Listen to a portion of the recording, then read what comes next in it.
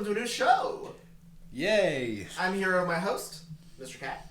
And I'm here with my other co-host, Mr. Girl. Anyway, yes, welcome to a new exciting episode. This time with our passion, other on the side that nobody will probably watch. Wrestling. Namely 1990s wrestling when it was at its peak. Yes, so, to go over a little bit over what the show's about, this show will be us starting with reviewing the Monday Night Wars. Yep. If you're familiar with wrestling at all, in which case, what I'm hoping to do a little bit with the show before I get into the Monday Night Wars is, I know that we have a ton of friends that do not watch wrestling. They do not care, they don't watch it, and I understand there's a whole ton of other people who don't watch it either. So, while going through the show, I am hoping to as well, while talking about this, because we talk about film, we talk about TV shows, there's a lot of jargon in wrestling. So I'm hoping to kind of like make this a little bit more introductory, because this is Monday Night Wars, where this is like what is considered like the start of when wrestling became like mainstream. Like it's like mainstream in the sense of like, oh, a lot of people will talk about this because this isn't the golden age of wrestling when, like, say, the late 80s with the WWF. Yes, where it was like a Saturday morning cartoon. Yes. This is when wrestling became more of a household name with a large amount of the characters that are even in our movie screens to this very day. Yes. You will learn more about it when the years go on, or as these episodes go on, because at the beginning of this is when the Monday Night Wars started off as a weird... This is like... way before some of the most important stuff. We're going to go over the jargon that we're about to go through here pretty easily. We're hoping to, with the show, if you don't know anything about wrestling, that this could be a good introductory point where you can be and understand where there's some crazy stuff that happens. Yeah. There's some crazy stuff that happens, and there's a lot of wrestling history to really go over here. Yes, so we're going to try to go over some of this history a little bit here, because we got, technically here, this is the first official start of the wrestling show that really started the whole Monday Night War craze, World Championship Wrestling. Yes. Or simply known as WCW. Yes, which they had a show called Nitro. Yep. And it premiered at the same time as another show, WWF, nowadays known as WWE. Yep. And they have their main show is called Raw. Yep. Both premiering on Monday. Yes. Hence the name Monday Night Wars. Yes. However, the WWF had Monday Night Raw going on for a few years at this point, but WCW finally took the initiative and said, we are going to have a ratings war with the World Wrestling Federation. Which we'll be talking about today, their first start into that. Yep. So WCW started their first episode in a very interesting location. WCW is more well known as being the more southern wrestling company at the time. They were mainly staying around in Atlanta, Georgia. Yes. But they started in the north, in Minneapolis, Minnesota, namely Mall of America. Yes, I have that noted. Mall of America, Minneapolis, Minnesota. Yes, and here's another very interesting point about it. About Nitro in general, which WWE didn't do at the time. I'm going to say WWE, but I might say WWF. Same company, just different thing. Yeah. But this was actually an interesting thing that I always known about WCW. Did you know that the Monday Night Nitro was live, meanwhile Raw was pre-taped? Yes. That's always an interesting thing about me. That was actually a very interesting selling point because whatever you see on your TV during Nitro, it was live. Yeah, that was happening right then. Right then and there. So pretty much at the beginning, they started off in Minneapolis, Minnesota at the Mall of America, which is unusual but not unheard of for a wrestling show because usually you have an arena, but I know why they did it in the Mall of America. They wanted to show that it was a huge crowd since Mall of America is the biggest mall in North America. Yep. So let's get a large amount of people around here to make it seem like that a lot of people are interested in Monday Nitro. And, well, I mean, it kind of started a little bit, but they had their growing pains in which we're going to get to it. Yeah. So yeah. We get the intro to WCW Nitro, the classic intro. Yes. So the fire going through the streets, and we see some little mini videos of different wrestlers. We see mainly very famous wrestlers from WWF that actually jumped to WCW about a year or two prior to this. So we see Hulk Hogan, we see Macho Man Randy Savage. Yep. However, we see the more famous wrestlers from WCW craze, mostly Sting, and one that is very much on the mind of today right now because of his induction into the WWE Hall of Fame, Vader. Yes. So, quick question, Bryce. Did you know anything about Vader in WCW, like, do you know anything about with this whole video package, like the intro at all by any chance? Oh boy. So, one thing about Vader. So, I am a fan of Vader. I really love Vader, but he's not going to be on WCW right here because he was in the intro. But I have here in my notes. He had already left WCW a short time after WCW's first episode, so he really wasn't in Nitro all that much. I thought he was around for at least a little bit. I didn't think it was before. No, he was only in it just for a few more weeks or days, but he really wasn't there at all. I think he either went back to Japan, but I know he went to the WWF, in which he didn't do that great. We will find out when we get to... We'll learn more about it as time goes on. But first off, yeah, Vader wasn't in it, but he was very famous in WCW. He's more so famous for his work in Japan. If you want to learn more about that, then you can search this up. We probably won't be able to go too much into the whole storyline aspect for some of these shows. Mostly with Raw, because they've already had sort of going off on that, but we can with at least a little bit of WCW. Yep.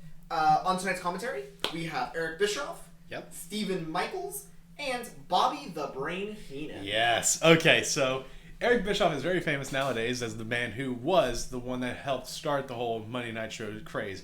Yes. He had a meeting with Ted Turner. Ted Turner asked him, what can we do to go up against Vince McMahon and the WWF?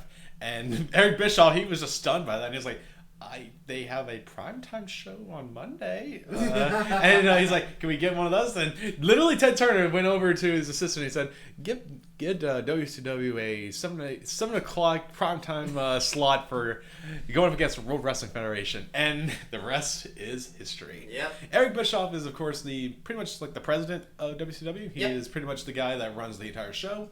However, I don't know anything about the next commentator, but... Okay, so...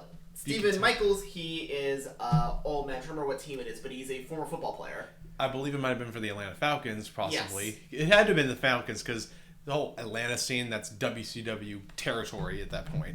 Yeah. That's the only thing I can think of, but I don't know much about him at all. Yeah, I believe he was a football player. Okay. And finally, on the commentary, Bobby the Brain Heenan. Love this man so much, thank God, I love him. Bobby the Brain Heenan is pretty much our main heel commentator. So, to explain this very quickly, in wrestling terminology, there is heels and faces, or baby faces. Yes. Heels are typically your bad guys. They are the people that you're supposed to boo. They are the people that you don't like, the people that the crowd is supposed to go against. Yes. And the faces, or the baby faces, those are the people that the crowd are supposed to work for. The people that you're supposed to like for. You're supposed to root for. That is your superheroes. And your heels are like your villains. No, there is a little bit of muddling in that because in wrestling it is extremely common for the bad guy to be the face because it's whoever the crowd is cheering for. Yeah, wrestling is really weird in the fact of like there's some people that are so bad at like they're a heel but they're so well liked by the fans that they just can't boo them. They want to cheer them on. You'll see that more and more often with the old Monday Night War stuff, because this was very much a popular thing. Yes. Like, this is when it really became a big thing, was like, oh, we were rooting for the bad guy, but we don't really care about the good guy. It's like a weird thing that happened here. Yes, and the thing is, the heel commentator that is something that kind of breaks the mold, because there is the face commentator, which is someone who is typically the person who is very, like, honorable. They're the person who is, like, fair for a fair fight, their respective rules. Well, the heel commentator is the person who's always rooting for like a dirty cheater or someone who's doing something sly or something underhanded and is like, they're doing this and they're condoning the good guy for being like, oh, they have all this opportunities to do all this stuff and they're not taking it, or whenever they do take it, they're like, oh, look at them, they're cheating, they're no better than this other person. Yep. So with that in mind, Bobby the Brain Heenan is probably the most famous heel commentator of all time. Probably the only other one is Jerry the King Lawler, probably? Yeah, that's probably the only other famous That's only the only one I could ever think of. Yeah. Like, Bobby the Brain Heenan has been in the commentary business up to that point for many years. He was in the WWF. He was the main foil for Hulk Hogan. Yep. Kind of side with Bobby the Brain Heenan. In which case, the only other person who did that was Ace Ventura. Yes, that's right, yeah. Ace Ventura was another one, but Ace Ventura is not with WCW. Yeah, he is not. Nope, but we have Bobby the Brain Heenan, which is more than a fine substitute. Yes. Honestly, I would consider him way He better. Extremely funny. He is super funny. I love his one-liners. But pretty much, yeah, with all this in mind, WCW, live in Minneapolis, Minnesota, Mall of America. Yes. What is our first match in this entire thing? Before we get to the first match, I just want to say about this venue, it looks like a carny show. Okay, yeah, I guess we can go through that first. Yeah, it looks like a weird thing going on here. Like, it makes no sense on where they are and everything about it. But There's the big one thing that I want to point out in particular, because this threw me off immediately, before even the first match, there's people watching off escalators. Yes, I was wondering, I was seeing that too, and I was like, what's going on? This looks like a train wreck, and it is hilarious, but it is genius when you think about it. It makes it seem like there's a lot of people watching. It's just people going to the mall. Yeah, it's just that's just the perception of it, and that's what people would want to look for. But it just looks so dumb when you. It looks so kooky and whatnot. But yes, the first match. Yes. Is going to wind up being Jushin Thunder Liger versus Brian Pillman. Sorry, Flying Brian. Who the F is Flying Brian? Okay, yes, I wrote down in my notes too here. So. Brian Pillman, he is a very famous wrestler. At least love Brian Pillman. Everybody loves Brian Pillman. The guy is, well, he became a nut later on in his life as a character, but good lord, he was pretty much the purest babyface for WCW in the Cruiserweight division. And Flying Brian, yeah, I always thought, I wrote this down in my notes, it isn't like really anything of like a criticism of this, it was just, Brian is billed as Flying Brian, but it is called Brian Pillman throughout the match. Yep, not a criticism. No, they call him Flying Brian a few times, and I have notes about this. I'll get to that in a second about this match. Yes, okay. But anyway, yeah, he goes up against the New Japan Pro Wrestling legend, Jushin Thunder Liger. Yes, for those who are not aware of this, wrestling, you probably have seen this a lot, you're probably from the US, probably heard about this bunch. Is very popular in Japan as well. Yes. Ridiculously popular. And every once in a while, you'll see matches through different companies. They'll drag your Japanese person in to be like, hey, we're doing some cross-promotion stuff. That happens literally all the time. Mm-hmm. So in the event, we're like, hey, this Japanese wrestler, just be aware that means, hey, there's some cross-promotion stuff. Yeah. It happens literally all the time. Yes. For the early part of Nitro here, we're going to see a little bit more of New Japan wrestlers come in and around. And even into some pay-per-views. We'll see that very soon in the major pay-per-view at the very end of the year, Starrcade. And yeah, pretty much Jushin Thunder Liger versus Flying Brian Pillman. I'm just gonna probably say Brian Pillman because that's how I mostly know of him. In which case, I want to note here. In my notes, I have a marked opening move. The opening move is a cartwheel kick, which Flying Brian then sells way too hard. Yes, he probably sold that move. Selling is pretty much where you make a move and you have to sell it like it actually hurt. So obviously wrestling is fake, and you can't. When you hit someone with a move, you have to sell it because you're not actually going to hit them with it. Yes. So you have to give it selling. There are some moves where you actually have to hit your opponent, but you have to sell it in a way like, say, if I had a arm move and he injured my arm, quote unquote, I have to pretend throughout the match that my arm is hurting. That is, quote, selling the move. Yes. And good lord, Brian Pillman, he probably took a major note from Mr. Perfect because he really sold that move. I'm marking down in my notes, this is carny crap.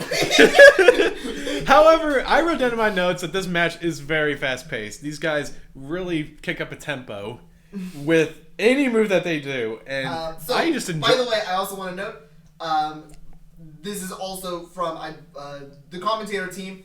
Jushin Thunder Liger hits him with the cartwheel kick, and he quote from commentary, beneath the ear. Screams that. I love riveting commentary. Oh my god. Yeah, cartwheel kick beneath the ear. Oh my god.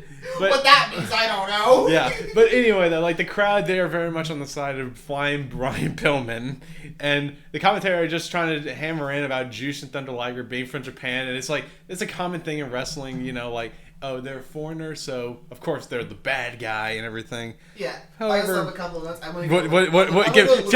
Yeah, go for it. Then, not too long after that, this is a little bit of a lapse. Jushin does a top rope move to Brian Pillman while he's on the mat. The move is so low. He does this, like his head's probably like an inch away from the mat after doing it. Like he goes whoop like this. It's so low. Oh my and they hear, God. and just another like the commentary. Whoa, he can fly. Yeah. My God. It was so low, and that's the move they say he can fly. I honestly had a lot of fun with this match. I just kept laughing at some of these bits here. However, at the very end of the match, is there any more that you have any more for your notes? Go for it. Then Brian Pillman, he does a Hurricanrana Jushin Thunder Liger. Jushin Thunder Liger sells the wrong direction. He goes to Hurricanrana, which in the event you know what a Hurricanrana is, it's when you jump on top of someone and you pull them back with your legs. Yes. What he does is he goes to pull them back with his legs and he tries to go the opposite direction from where he's being pulled.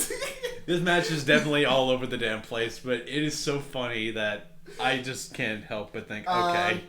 Sadly, in my notes, there is a small point that I do get annoyed by. There is a small rest hold. It's only about for 40 seconds. In which case, at commentary moves, we get the amazing insight of this. They put him into a surfer hold, which is basically where you hold onto the legs and arms and you hold your opponent above you. We get another note from the commentary team of, this is a submission move. Oh my God. And this is the first match of WCW Nitro. Immediately chaos ensues, but... Probably following the submission, the break from submission, there was a USA chant. No reason. Isn't Brian Pillman from Canada or something? Yeah, I think so. Oh my And God. Jushin Thunder Liger's not from the US. Yeah, he's from Japan. No one in this match is from the US. There's a US chant. Oh my God. But anyway, the match ends with... Well, I saw some more stuff. Good Lord, Bryce, how much notes did you make? I think if you know, there's a lot over this match. There's a small annoyance I have with this match. At one point, Jushin Thunder Liger tries to pin Brian Pillman for a 2 count, which in wrestling you want to get for a 3 count. If you pin your opponent for 3 to a count of 3, you win the match. In this one, he tries to pin, but he doesn't hook the leg, which is a very important thing in wrestling. You always want to hook the leg because in canon, that is harder for your opponent to escape. He doesn't hook the leg and still gets a 2 count. Does a move against him, pins again, and still gets a 2 count. Yeah, a lot of this makes no. Like, so in canon, hooking the leg is supposed to be harder, so he escaped it equally, meaning that hooking the leg does nothing. Which I get annoyed by. Yeah. Then, finally, the end of the match, if you want to go ahead and... Yeah, it was a roll-up finish. Yeah, Very I have standard. in my notes, Liger gets pinned by ... nothing, question mark? Yep, yeah. I did not like the finish at all. It was like another roll-up finish. Those are very common in wrestling. Most of the time, most roll-ups are not that good, and this one is Yeah, this is a really bad roll-up in my opinion. Yep. And pretty much... Which, in case you kids what a roll-up is, it's basically a move where you entangle your opponent to basically have their back on the mat, and they're incapable of escaping the tangle. Yep. It looks dumb, and it's stupid. Roll-up finishes aren't good. Most of the time, they're not good. But there are some... There's like 1 or 2 that are good, but like there are exceptions to the rules. Yeah, there's very few exceptions to the rule. But the winner is Brian Pillman. Yes. What did you think of the match? Chaos. And... I thought it was fine. I thought this was chaos. I personally thought it was a good match. I love both of these contestants, but I feel they could have put on a better match in my opinion. Oh yeah, like there's a lot of chemistry there. Like they are both light heavyweights or cruiserweights, I guess you could say. Yeah. And pretty much like there's a lot of potential these two. But good Lord, I believe it's a language barrier that makes it hard to communicate with your opponent to coordinate a good match. So sadly, yeah, this match is just. I thought it was a good match, but I expect a lot more from these two. These two are absolutely amazing wrestlers, and they put on a fine match. And this is the opening to a show. You need to put on the best you can. They put on these two people being like, you two are going to be fantastic, and they put on this, and it's just kind of like, ah. Yeah. All right, so next we have ourselves an interview with WCW World Heavyweight Champion. Before we get there, damn it! Before we get there, I need to make fun of this man. Okay, fine, go. Before we get there, I have in my notes. Shut the F up about football already! Anyway, one of the commentators is from a football team, and they keep telling him, Bobby the Brain Heenan keeps being like, oh, you know nothing about this, you're a football player, stop commenting about this. And it's just like, shut up about football, please! Alright, so now can we make fun of this man? Yes. Okay, finally. So we have ourselves an interview with Hulk Hogan, the World Heavyweight Champion, rolls eyes, and I have in my notes, says Pasta Mania. Yep. I have in my notes, for this is the throw from commentary, Hogan has got Pasta Mania, brother. Did you notice that? All right, so in the shot, there's also in the background, like it seems like they're inside of a lift. It's Hulk Hogan. Carrie looks like to be a pan pizza, and it's like he's just signing autographs with these bunch of kids. I honestly have a feeling. I saw with a picture. There's a picture. Yes, he has a pasta thing, and it's a picture of him with this, and he's making it okay. So he has a big chef's hat with an apron, and it looks so dumb. Because apparently he's opening a shop in the Mall of America called Pasta Mania. And at this point, I have in my notes, I attempted to count how many times they said Pasta Mania, and I lost count after Hogan said in a process of 20 seconds 7 times. Oh my god. I lost count after that. But yeah, look, like he's really selling this Pasta Mania too. It's like Pasta Mania, brother. It's like, oh my god, shut up. If you can't. And also, then there's Jimmy in the background. So there's in wrestling, you'll have managers, people who like are mouthpieces for the wrestlers, because some of them aren't that good of talkers. And in this instance, it's not really needed. Jimmy's just kind of sitting there being weird.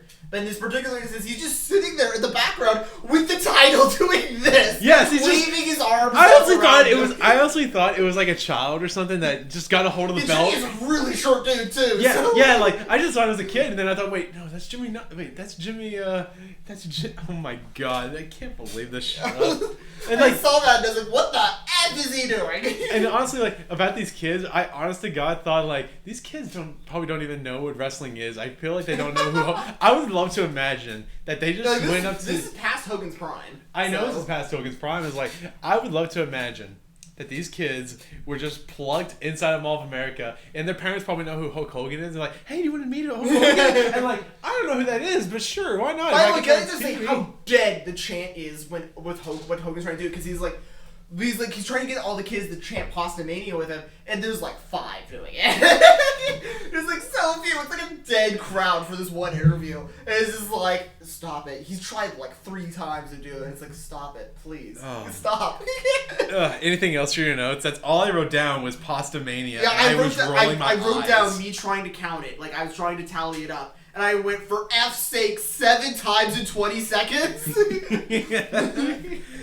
Oh, man. If there's nothing else for you, I guess we can move on to the next match. Yes, in which case is Ric Flair versus Sting. For the United States Heavyweight Championship. Yes. Which, obviously, I'm expecting a lot from this. Yes. So pretty much, yeah, Sting and Ric Flair, they are very much famous for their work in WCW and the NWA before WCW. Ric Flair has a long legacy behind him. Yep. Long legacy. Very long legacy. He's probably one of the greatest of all time. And Sting is probably like... Would you say the face of WCW? I would honestly make the case, yes. Yeah. He has been there. As much as Hogan would like to pretend, I think he's the face of WCW. Literally, he is like the poster boy of WCW, in my opinion, because he has been there the longest. He's been the biggest face there the longest. He's been with that entire group the longest. Yeah. He's just pretty much who I would associate. If I think of WCW, it's Sting. And one of his best rivals is, of course, the Nature Boy, Ric Flair. Yes. However, this is not one of their best matches, in my opinion. Leading quote from commentary, "You're going to need sunglasses and earmuffs for when this match is over." However, before the match officially began, we have a little bit of a major event that happened in the first episode of WCW. Yep. Lex Luger makes his shocking return to WCW before the match starts, after he had quietly left the World Wrestling Federation when his contract ended without anyone knowing. Yep. And the crowd chants Luger. Yeah, so I have this right here. Lex walks in. I don't care, get off my screen. Okay, so fun fact for y'all about Lex Luger. Continues. So Lex Luger walks on. There's a chant about Lex. The match continues. The commentary will not talk about the match. It just talks about Lex the whole time. Yep. Okay, so essentially here, real quick, we'll get some of the story here back out of the way. So Lex Luger was originally part of WCW a couple years ago, but then he decided to leave and jump ship to the WWF. and he was promised to be the biggest face there. Like, he was supposed to be the next Hulk Hogan. Yeah. That did not happen. The crowd did not go with him at all. And Lex Luger, he knew that he wasn't going to get a title there or anything, so he wanted to go back to WCW, where he was actually really popular at. He found out that his contract was ending. Vince McMahon, the chairman of WWF, did not know about it. Nobody knew about it. And so Lex Luger, after a house show, one day later, flew to Minneapolis, Minnesota, signed with WCW, just showed up in the crowd. And yeah, that was one of the biggest like swerves in WCW history was that whole debut. Very famous, but like the problem is the character of Lex isn't good. He's more interesting as like the narcissist. That's his WCW character. Even then, I still didn't like him. He was more interesting with like as Arn Anderson as his mouthpiece. Yeah, that was okay. So what Lex? Just to give you a picture of who Lex Luger is. Yes, he is a big dude with a ton of muscles who's clearly on steroids. Yes, with a big blonde mullet, and he gives shouty whatever promos, which is basically speeches. Yes. Pretty much, yeah. Like, that's all he is. Luger is very limited in his stuff, but I honestly didn't... I find his wrestling to be whatever. I find his promos to be bad. Yeah. And I find him to generally not be interesting. Like, maybe he could be good on a tag team. I'm trying to remember if he did do on a tag team. I don't remember if he... But, like, as a solo, I can't take him as anything good. Like, I can't even take him as a good undercard. Like... But anyway, yeah. Undercard Okay, go ahead. Just to quickly explain what that means, wrestling has cards, in which case what they are is there's the high card, which are people challenging for the main belt, which is basically the MacGuffin, what people are mainly wanting. Then there's the mid card, which are like the mid-tier people. These are the kind of people that the higher card people beat in order to make sure that they're still the high card. And then you got the low card, which are basically like whatever people. These are the ones that are basically sell everyone else. Yeah, they're basically like the jobbers. They're the ones that always lose all the time for the bigger guys to get over. Yeah, which case jobbers just means low card. Yes. That's just another term for it, in case we ever use that term. Yes. But, so the match starts. There's just a bunch of woos and Sting screams. Yeah. It's literally nothing. The crowd is obviously for Sting, but there really is not much to go off of here. They barely do much of any interesting moves whatsoever. One thing I want to point out, at one point, Ric Flair begins giving chops to Sting, and Sting is not selling them. Yep. And at one point, we get the amazing commentary line of, Flair's got all the tricks in the book. Say they're not selling chops. He's got every trick in the book. It's over now. He's got every trick in the book. Oh, wait, why is he not hurting? However, yeah. Nothing is going on. Then we're thrown to a commercial break, and when we come back, I want to point out that someone apparently didn't bother securing Flair's knee pads because they're now along his ankles. Yep. That's pretty common for most of Ric Flair's stuff. Is that I know, but it's so funny that it's just jarring from like one scene and then to the next. It's like, what the fuck happened like here? his knees are around his ankles now. Yep. So Flair is then, at one point during this match, Flair is very clearly, he is the heel of this match. He's pulling out like the cowardly heel tactics. At one point, he gets down the mat and begins begging, like, no, stop it, so he can get away with more dumb things. And at one point, we get another amazing line from the commentary. Flair's a cruel macho man, baby. As he said, they're groveling on the mat begging. Why? Oh my god. Commentary made some bad decisions during this match. Yeah, honestly, commentary's lines are just so funny. Like, it makes no sense. A lot of the lines on commentary, they're easily to go over your head, but once you think about what they said and what's going on in the match, like, what the hell's happening? The commentary does not sell this first episode very well, as I've been pointing through this.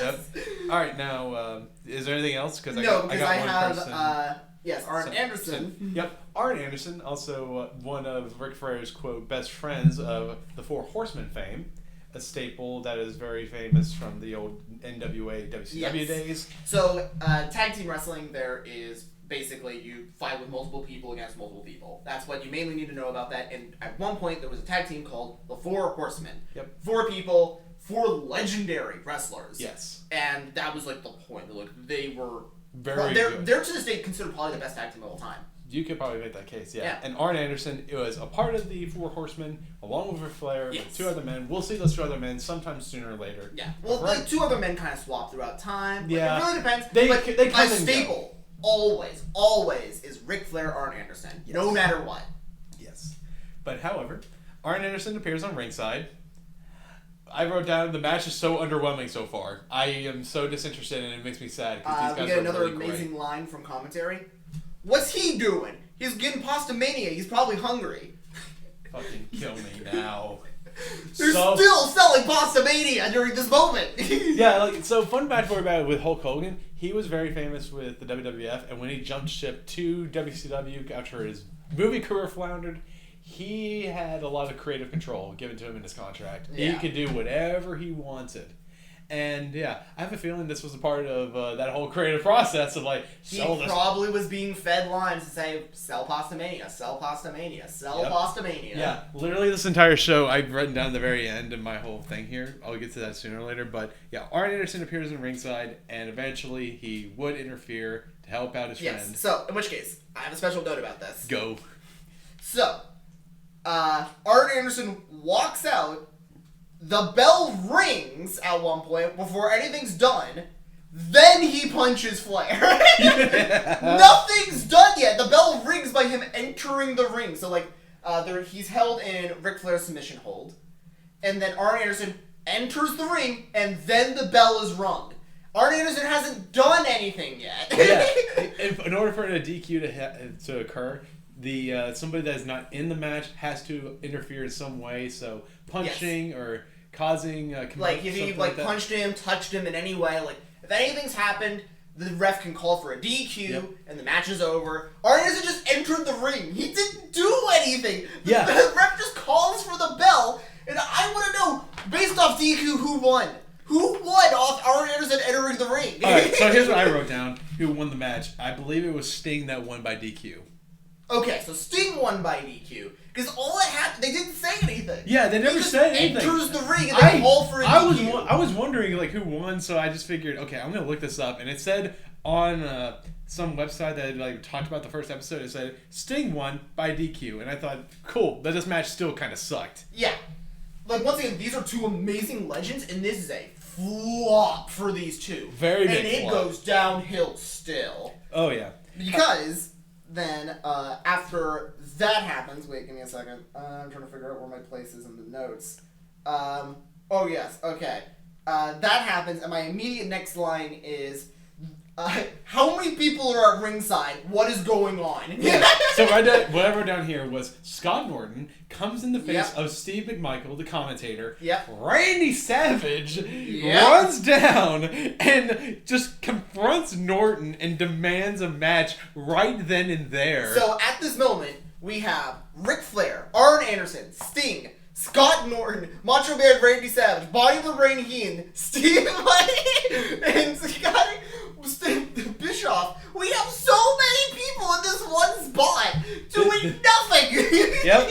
And so we are told by next week we will have a match on Nitro between Norton and Savage. However, that was after the commercial break, but before that we get ourselves a little bit of a hype package. Okay, so before then, yes. At one point while this is all going on, while Scott Norton is attempting to get his hands on Steve, we see in the background Steve sitting there in the back with a smug look doing this. He looks so dumb. He gives the smuggest look and he just waggles his finger at him. He's sitting in the background just There's 8 people around him in this brawl. He's just Oh my god. Alright, so next we can talk about this hype package, I guess. We get a package for a wrestler I really love. Yes. Sabu. Which is actually more famous for what's on Bryce's hat here. He is famous for ECW, which, in case if you're curious, ECW, that is a third company in the kind of Monday Night Wars. They didn't really participate in the Monday Night ratings. They were just a third company. They were still highly influential, though. Yes. Personally, I am not a fan of ECW. I see why people love it. It's just not my thing. Yeah. But we will talk about it here in a little bit. Yes. However, yes, he is having a hype package for him, or video package, I should say, where it's hyping him up saying that Sabu is coming to WCW. Also, I get a little note about the video package. Stop the effing filters! Good God! It looked like, what was the color? It was like dark brown, I think it looked like. There was so many filters at different times. At one point, they do like a blur. So anytime he's moving, there's just blur behind him. And at a certain point, there's rapid cuts of him just moving around quickly. It looked so terrible. Sabu deserves better than this. Yes. All right, so when we come back from our commercial break here, we get ourselves an introduction to a new wrestler. Oh, before then. What was it? Okay, so there's a couple of things right after that. We get the note. So this is actually when they're talking about the match. Is they say amazing line from commentary. Scott Norton distributed thing. Oh my God. What that means, I don't know. And then they also say tonight we have a double main event. We're breaking out the war games. Shit. We're breaking out. If you have two main events, there's no main event. Come on, Bryce. This is our first main event of the night. Also, a little bit of a small note. Right before they cut over to this new wrestler, why the F are there mascots at ringside? There's mascots from the other stores that came down the ringside and are jumping around the ring, advertising their products, and they're just showing this off in the distance. You see, there's this one massive cat mascot. This is sitting there at the commentary table. Sitting there going, woo! I completely forgot about these things. Oh my God. But anyway, look. So now we're being introduced to a new wrestler named Michael Wall Street. Yeah. However, he is more famous for his work in the WWF as the IRS. Yes. Or Mr. IRS. But he's also well known for being the father of, well, recently released, I guess, WWE wrestler Bray Wyatt. Yes. I have some notes about him. Mr. Wall Street, the state of your promo, mate. Yes. This is one of the worst promos I've ever seen. I, honest to God, did not understand any of what he was saying, and I just thought, I am not going to write down a single thing that he wrote, because I could not remember. He was looking off camera the whole time, and just going, yes, I am challenging, I am here, now, willing to participate here in WCW. Monday Nitro, right now, me, Mr. Wall Street. He's just looking off at this, it's just like, what? And every once in a while, he'll look back at camera and say a thing, and I'll be like, alright, F off with that now. Oh my God. And it's like, who are you talking to? Who are you talking to? Oh my God. Okay, anyway, now we go into our, quote, main event. Yes, so I have in my notes, we have Hulk Hogan versus a Power Rangers putty. Big Bubba, as it's called, and it's for the WCW World Heavyweight Championship. In my first note, I had to immediately say, I hate Pastamania. And at the beginning of the match, there was a whistle that was so distracting, and it was shown on both wrestlers' faces. Like, they could immediately hear the whistle, and I thought I remember Hulk Hogan gyring his head over, and it was like, what is that noise? I also want to note, right before the round begins, we get an amazing line from commentary. What are the odds of Hulk Hogan taking him down? Gee, I wonder what those odds are. I think it's 100%. Okay, and then let's see here. I have one of the main moves that started off the match was a headlock by Bubba. Yep. Shaking Hogan's head like a margarita. I have a special note here. This headlock lasts for 20 seconds, in which case both of them are very obviously calming about what to do for the match. The camera is dead on straight to them, and you can see just the two flabberjacking with each other, just like blah blah blah blah blah blah blah blah. It's going on like, okay, clearly you guys are figuring out what to do for the match. I'm going to bet Hulk Hogan did not plan with Bubba at all. 100% you do, because that's 100% what happened. Moment the match starts, headlock, and the two are talking. And it's like, okay, you guys are trying to figure out what the F is going on. Yep, I wrote down, crowd was going for Mr. Pastamania. I hated my life. Here's a small reference from in commentary. So a fun fact for you, Big Bubba is also well known in the WWF when he worked there as the Big Boss Man. Yes. And Heenan actually used a very interesting reference here. And he said, used to be a prison guard. Before that line happens, I have that noted down as well. Yeah. We get another line from commentary. Big Bubba has got the quickest hands in the sport.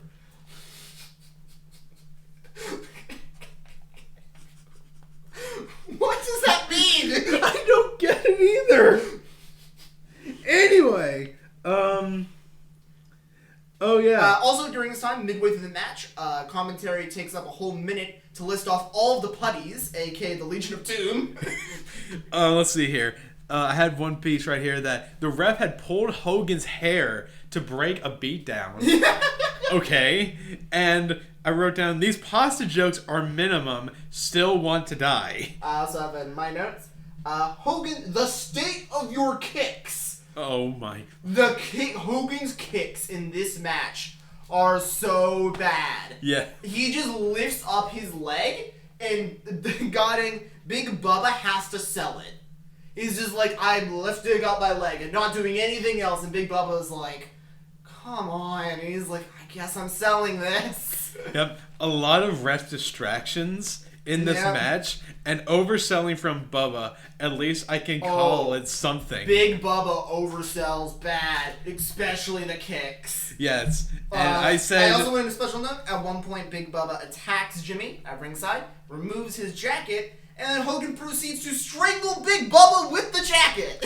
Yep. This is your face, ladies and gentlemen. The good guy. Hey, maybe it was actually foreshadowing for next year in Bash in the Beach. Just kidding, it wasn't. But no, he is pumping up them pasta maniacs act there, brother. Oh, fucking God. In which case, another note. At one point, Hogan gives a clothesline to Big Bubba, and I have note... that is apparently Hogan attempted to destroy the universe with a clothesline based off that selling. Yep. Okay, and then I had here at the end of the match, the only thing I can say I saw a little bit more. Yeah, okay, go ahead. So another one is, at one point Big Bubba is giving kicks to Hogan, and Hogan apparently cannot be bothered to even attempt to have a foot near him, and is putting his arms up right here, like a good foot away from his body, and is blocking his legs, and is still selling them in his gut. He's like,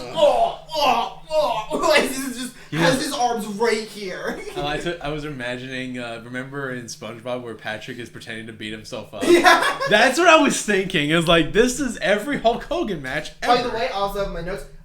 His selling is not in sync with the kicks. Basic selling, people. Come on. Now, hang on. Is there any more notes before I can talk about this finish? Yes, I have one more. Is this not the best WCW action that you'll see on TV tonight? What? That's a note to the kicks, by the way. Yep. And this is what I said here. The only thing I can say about this match, it was technically maybe a match that had to finish. It was barely any better than Sting versus Flair. I have also more notes. I'm pretty sure Bubba is wrestling like a boss from Shadow of the Colossus. Oh my God! He's wrestling so slow, and every once in a while Hogan will hit him, and he sells like death, which is what a boss from Shadow of the Colossus is. You hit them once, and they die. Oh my God. Finish of this match, Hulk Hogan up and wins with a kick and a leg drop.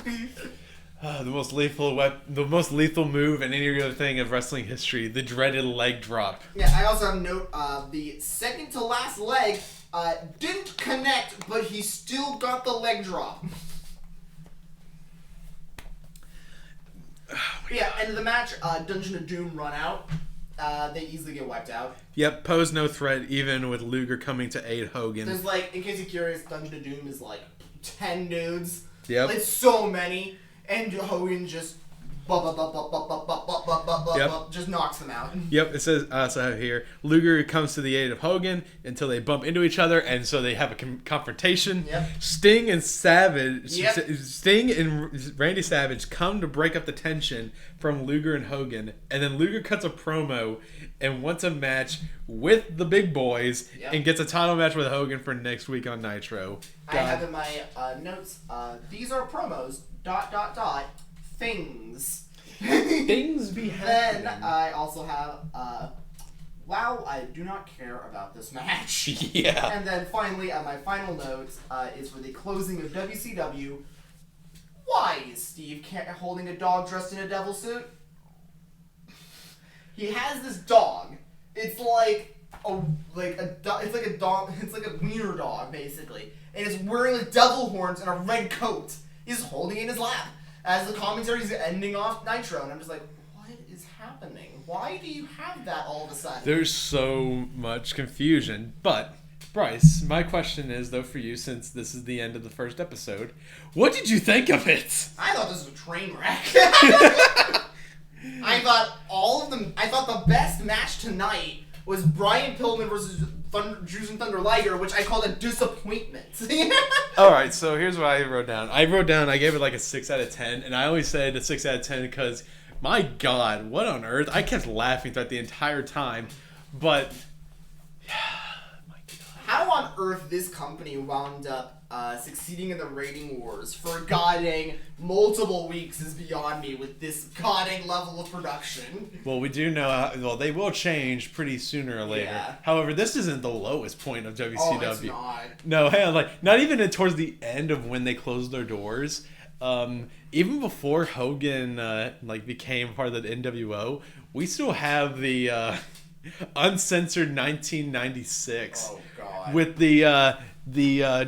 what is it, like the massive cage match with him and Randy Savage versus the Alliance to end Hulkamania. Yeah. That's a real name of a fucking stable. Yeah. We are so going to die. And this is the company that I said I would prefer more sometimes than WWE sometimes, but only for one real fucking reason, and we're not going to get there yet, and so who knows how far we'll get. But do you have anything else to say about... It is a first episode, and my God, the only things that are memorable are Lex Luger just showing up, nothing else. I didn't care about that. I know the most memorable thing, in my opinion, is effing how terrible this is. Yes. I thought this was a train wreck. And the thing I don't wish I would remember ever again is Pasta Mania. I hated those jokes. Yeah. Hogan, get off my TV.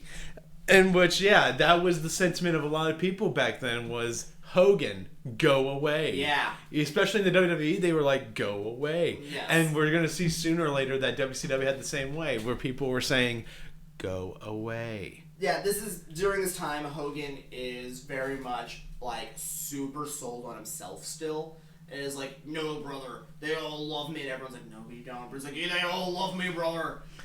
And, oh, man. He continues for that. One way. One whole year. His first match was in 1995 at Bash at the Beach. No, he continues that for longer still. Hold on. Yeah. Well, I mean, like, in terms of his whole gimmick. Oh, yeah. That's what I mean. But as the person, no. He's still doing that. Yeah. But, oh my God. So yeah, so pretty much, yeah, so this is the first episode of Nitro, and technically we would have a episode of Monday Night Raw to talk about, but this was, Nitro had the grand opportunity to have their first Monday episode go uncontested against the WWF. Yeah. But there was still one other contestant, a new challenger. Well, not a new challenger. Not really. That was September 4th of 1995, Nitro. But the next day, ECW Hardcore TV, September 5th, 1995, had an episode. Yes. And unfortunately, I did not have enough time to watch that episode, but Bryce did. So we're gonna have Bryce try to sell me on ECW. Sadly, I don't think it's gonna work, but we'll see what happens. We have JT Smith versus Hank Myers with Putio at ringside on the side of GT Smith, in which case I have notes of this Putio. Why the F are you so big? This dude is so fat he can't probably fit behind that door behind you. He is enormous, the size of this lad. And he's brought down to ringside, and what he's doing is, this is a match between GT Smith and Hank Myers. GT Smith is playing the heel in this instance, and Hank Myers is playing the face. With Putio playing the manager of the heel. And what it is apparently Putio is sitting at ringside, and apparently, let me try to find this note. Apparently he's having a cantilever. Oh, but I can't read this. Apparently, cannolis. There's a massive box of cannolis in his lap, and he's just sitting there eating them while this match is going on. But it's a pretty good match. I think it's better than anything we saw on WCW. I mean, that's not saying a whole lot, but go off. But yes, then I also have notes. Hank Myers, the state of your hair. So what his hair is, he has a mohawk kind of, where it's just a little strip of hair, but it's only the front half, so it's sitting there dangling in front of his face the whole match. So it's this little line of hair dangling the full length of his face, and it looks ridiculous. God. But yes, eventually at one point, do I actually have a winner marked down? Oh yes, so at one point, apparently, JT Smith wound up getting injured by attempting to do a suicide dive to the outside in a previous Hardcore TV, and he's come back. And this time he is taunting the audience with doing a suicide dive. He never actually does one. He's just saying to taunt the audience, and he gets major heat. I have my notes. Crowd is on fire for this match. It is ridiculous. So yeah, all right. Let's say about this a little bit about ECW. The biggest thing that is mostly well known, besides their match types, they have the most loyal fans you will ever see in a wrestling show. I might have my criticism about ECW, but I will always admit they have the greatest fan base that I've ever seen in my entire life. They are so passionate just for this one company. Not even just like say for a particular wrestler, because there are favorites, of course, but it's just the company that they would die on a hill for. Yes. And it is very impressive. But yeah, I have in my notes, this is a fine match, but the crowd sells this. This looks like an amazing match just based off this crowd reaction. It really almost sells me. Yes. Then the match ends when JT Smith is thrown to the outside, and Putio nudges him to get him off of him, and the ref gives him a DQ. And I'm just, what? You know, that's one thing I never associate with WCW is to have DQ match finishes. Then, I thought that was dumb because that's an ECW match with a DQ finish. Then, Hank comes out and Putio shoves a cannoli in his mouth and Hank sells the cannoli. He sells it like death. He sells getting cannoli shoved into his mouth as death. But yeah, that the match basically kind of ends in a schmoz afterwards. They continue brawling as a 2v1 with Putio and JT Smith going against Hank Myers, but both of them are so injured that Hank Myers just kind of winds up rope-a-doping them. And also, Putio is very clearly not in shape. I do not like the carrier Putio. He is, and I have to say this, a big fat dude they're doing the gimmick of you can never knock down. Okay, go on. Yeah. I did not like this match. I thought it was fine, but the crowd really did boost that. Yeah. I feel like this whole show is going to be about, like, oh, the crowd is just selling everything. Then, next up, we get a promo from Paul E. Dangerous, a.k.a. Paul Heyman. Yes. So, should we mention anything about Paul Heyman by any chance? Paul Heyman can sell an effing flamethrower to a fish.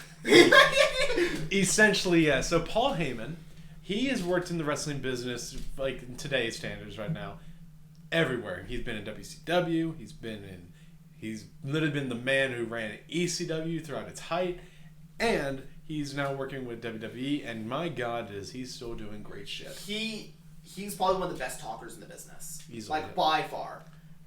In case you're curious, he's just a manager. He's not an actual wrestler. So, you know how we were talking about earlier about with Jimmy, how he's just a person who manages people? Yeah, that's him. He's basically, like, the pseudo-owner of this company. He kind of manages some people, but, like, that's mainly what he is. He's basically a person who comes out there and cuts promos. In which case, he's cutting a promo to sell us on the idea of Dean Malenko and Eddie Guerrero. And I have my notes, Moit, you don't need to do this, but I'm still down for it. Yeah. Because he gives a promo selling us on Dean Malenko and Eddie Guerrero, and I'm just like, dude, like, we're already sold on those. You don't need to do that. Yeah, but, literally. Good God, does he sell them hard? Oh, yeah, without a doubt. And yeah, so what's next after the whole promo? We get a second promo from Paulie Dangerous, in which case a referee called Bill Alfonso comes down the ring. Apparently this is a heel ref. And he comes down to the ring, and Paulie Dangerous is threatening that he'll have a wrestler come down and chokeslam him.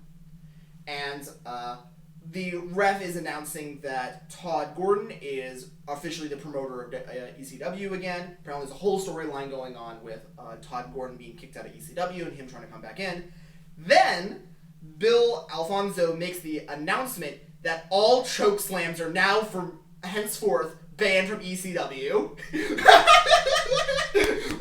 And I have in my notes, amazing heat. Oh my God. But yeah, he says, if you ever do a choke slam, you are henceforth banned from ECW. Because apparently, to note, he's been choke slammed a ton, and he's trying to get the choke slam banned. So as the ref, he's trying to get that banned. Then we have Bill hits Paul, like they're arguing over the microphones and continuing kind of this promo. By the way, Paul Heyman cutting an amazing promo this whole time. They're having an argument in promo. I think Bill Alfonso isn't doing half bad, which is impressive. Like, Paul Heyman, one of the best promo cutters, and he is tearing him to shreds. Bill Alfonso is still doing great work, which is impressive. Oh my God. But the promo eventually ends when Bill Alfonso hits Paul Heyman with his telephone, his cellular phone, 1990 cellular phone. That looked like death. Because he pulls out this brick, like this enormous unit, and bop! He hits him and it kills him. Then, from there, after that happens, 911 runs down. There's a wrestler called 911. He runs down and chokeslams him. So, obviously, there's going to be this whole deal now that he's going to be banned because he did a chokeslam. In which case, the Dudleys then run down, and 911 and the Dudleys have a schmoz. Then, after that kind of whole ordeal goes on, we get ECW Fan Cam, which is basically like an edited version of dark matches. Yes. Dark matches, in case you're curious, are just matches that are not premiered on television. In which case, we actually get like edited version of those. And I have my notes. F off WWE, you've ruined the music. Because WWE changed all the music for every single piece of music in ECW. Makes sense. And it's all bad now. Yeah, so that's happening. In which case, we're getting basically a little catch up on a thing between Sandman, Tommy Dreamer, Terry Funk, and a couple of other people. So they did a whole bunch of dark matches. Apparently, story stuff happened. They were catching us up on that. There was a ton happening at this moment, like a ton. And I wrote in my notes, there was too much happening. I need to rewatch this. Give me a second. I'm not going to be able to finish this in time. Oh my God. There is so much story stuff happening in this exact moment that I am not fully aware of. It sounds like you watched midway through a major story going on. Yeah, this is like very clearly a massive story that's going on. And I'm just like, yep, okay, this is enormous. Next up, this is going to be the ending match, in which case it is Raven and Stevie Richards versus the Pitbulls. Okay, then. Raven and Stevie Richard are the tag champions. And apparently, storyline-wise, apparently Stevie Richards is a coward, this storyline, and is refusing to actually participate in the tag matches. So Raven's basically having to do 1v2 tag matches while he's being considered the champion. And this match is basically Raven trying to coax Stevie Richard, like tricking him into the ring. And at one point they actually do, in which case, let's see. Oh yes, before the match starts, they give the announcement, 1 hour time limit. Boy, there's 16 minutes of airtime left. Oh my god. I don't think you're hitting the 1 hour time limit. Yeah, so for a lot of the matches, just Stevie begging to not be put into the match and just kind of cowardly hiding while Raven's getting beat up and trying to sneakily put Stevie into the match. Whenever Stevie does get actually eventually tagged in, the Pitbulls are just beating him in circles, just absolutely destroying him. He's just hard jobbing to the Pitbulls. Eventually, the Pitbulls do go down for a pin, but Raven does break the pin, and the commentary, Joey Styles, amazing commentary by the way, actually sells the reason behind that so well. Because he's basically just talking about, like, in the end of the day, Raven's still a champion, he's still getting more money for this, so why on earth would we still help him even though he hates them? Makes sense. So it's like, yeah, that's fair. Oh my god. Okay, and what's next? Then at one point, during this match, Raven goes into the crowd and steals a fan crutch and brings it into the match and starts beating the Pitbulls up with it. And that fan never got the crutch again. Yeah, they did. Oh my god. It was amazing. I actually have in my notes, I'm going to skip ahead a little bit. Raven throws it back into the match and he catches it with one hand. Good job. Like, it was amazing. I was like, oh my god! But yes, let's see. I also have in my notes, the biggest problem I have with the match is I think there's an issue with Legal Man. Because they just kind of keep there's at no point after like a certain point they stop focusing on tagging, and people are just rushing into the ring and beating people up and going away and without doing any tags. And the ref's just like, alright. And it's just like, okay then. It's not too distracting, but I find it to be odd. Just be like, okay, it's alright. This is a match that kind of cares about Legal Man, and you're kind of not paying that much attention to it. I feel like you should.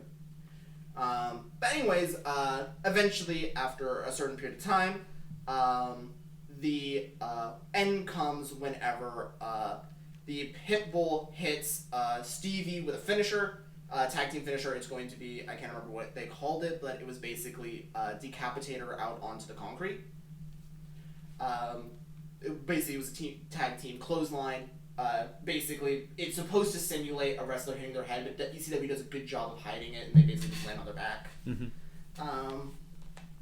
But yeah, they do that, throw him back in the ring, and he goes to pin him, and then the Dudleys run out, hit the Pitbull, knock him over, grab Stevie, pull him on top, and then Stevie wins, wins the round thanks to the help of the Dudleys. Okay then. And this is setting up that eventually, that I presume based off what is happening here, the Dudleys feel based off this match that they can beat Raven and Stevie, but not the Pitbulls. So they got Raven and Stevie to win, so that way they could beat them later. Then we have the biggest note of my thing to end off tonight's Hardcore TV. Cactus Jack cuts a promo on Tommy Dreamer. In which case, apparently, in a former episode, Cactus Jack, Tommy Dreamer apparently wound up throwing a bunch of fire on Cactus Jack, and he's currently outselling that. He has like a fake cast on and everything. To basically be like, oh yeah, I have like second-degree burns. And he's sitting there in the back of this room, like crouched over, and he gives a promo, let me tell you. This man's clearly nuts, in which case, he cuts a promo. The main focus of this promo is that how he used to look up to a Uncle Willie, in which case this Uncle Willie was on the ship that deployed the bombs to drop on Japan. and the promo goes into insanity. It's absolutely nuts. I recommend you listen to it. I cannot do this promo justice. It's absolute. I wrote down in my notes. You can see right here. What is happening? Who greenlit this? Oh my god, that's ECW for you. Yeah. Oh my god. Personally, if you were to ask me, I presume this is a thing that we'll be doing from episode to episode.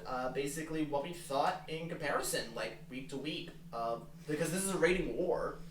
Yeah. However, we don't have Raw to go off of, Yeah. and that doesn't really mean it's officially. And you've only seen one of them. Yeah. So you kind of have to ipso facto pick one. Yeah. So pretty much that's how it'll go. But next week, though, we will have our first actual quote war to go since, off on. I have watched both, I can give a spoiler what I think of both of them. I think ECW won hands down this week. They had a really good episode. I don't think it was like absolutely fantastic, but I really liked it. I think Cactus Jack gave an absolutely blow away promo. I was floored by it. I was like, what the heck is happening? This is absolute insanity. I am familiar with Cactus Jack because he eventually comes to WWE. Oh boy, that's going to be a fun time to talk about him and his work. We'll come to that soon. But yeah. Jesus. ECW. Yep. Yeah. Oh, Jesus Christ. You're like a bastard child to me sometimes. But anyway, yeah. So, is there anything else, Bryce, that you want to mention? No, that's really about it for ECW. Not much to really go off about WCW. My God, I don't want to be No. reminded about Pastamania for the third time. Well, Storylines that are going on here for WCW is Lex Just- is fighting Hogan. yeah. Savage goes up against Scott Norton. Oh, that's true. They got that set up as well. They have two storylines. Yep. ECW is doing significantly more. I believe, though, like, ECW has storylines already going on. WCW Yeah. literally just started, so they are kind of limited on what they can do, but good lord, is it But also, it's pretty a cluster. in that episode, there was two amazing promos. Paul Heyman versus, Paul E. Dangerously versus Bill Alfonso, I believe his name was. Yes. And also the ending promo with Cactus Jack. Two amazing promos that night. The matches themselves were fine. Yeah. They weren't anything that I would probably recommend you go looking out for. I think they were whatever. But the promos, yeah, if you want to see some ridiculous promos, ECW is probably where it's at. Probably. But anyway, I guess that's it for us. Yeah. I can't think of anything else. All right, everybody. So, if you want to follow us on this, you'll have to get Peacock. That's the only. That's the only legal way to watch the whole Monday Night Wars and ECW. You just have to watch it on the WWE Network. Yeah. Which is real sad. Yeah, but it is what it is. But anyway, so yeah, welcome to WRW. This will be a pretty much a podcast that you might expect, pretty frequent. It's going to be easy to record. Yep. These episodes are going to be pretty easy to chuck out really quickly, but until the individual shows start to get longer, Yeah. WWF goes from like 1 hour or 2 hours to 3 hours. Oh. WCW does the same thing, and then we have more shows to add on later, like WCW Thunder, WWF SmackDown, and I believe that's it. Luckily, Hardcore TV just sticks to Hardcore TV, and it sticks to an hour long the whole way through. So Yep. However, yes, we will also be reviewing the pay-per-views. Yes. So- In which case, we'll have our episodes dedicated to just the pay-per-views. Yes. So in the event we come across a pay-per-view, we'll have one episode dedicated to just that pay-per-view. Yes. So I need to go look at our schedule today. If I remember correctly, we actually have a pay-per-view coming up very soon. Yep, very soon. It will be WCW, I believe. Maybe, yeah. I think that's what it was. It was either ECW or WCW. Either one. We'll be watching it. Yeah. I will not be watching a lot of ECW, save for maybe the occasion which none of our two major shows will be going up against each other. Like one is taking a break for 1 week or something like that. But I will try to watch the ECW. I presume you'll be watching for the pay-per-views, though. Yes. Yeah. But either way, yes. Yeah. So next week we'll finally officially have the war officially begun. We'll Yes. have a WWF episode of Raw and Nitro, and then of course Hardcore TV. But Bryce will be mostly doing the Yes. Hardcore TV. But yeah. Anyway, that's WRW, and yeah. Have no idea how many people will watch this or listen to it. Either way, take care, everybody. Take care.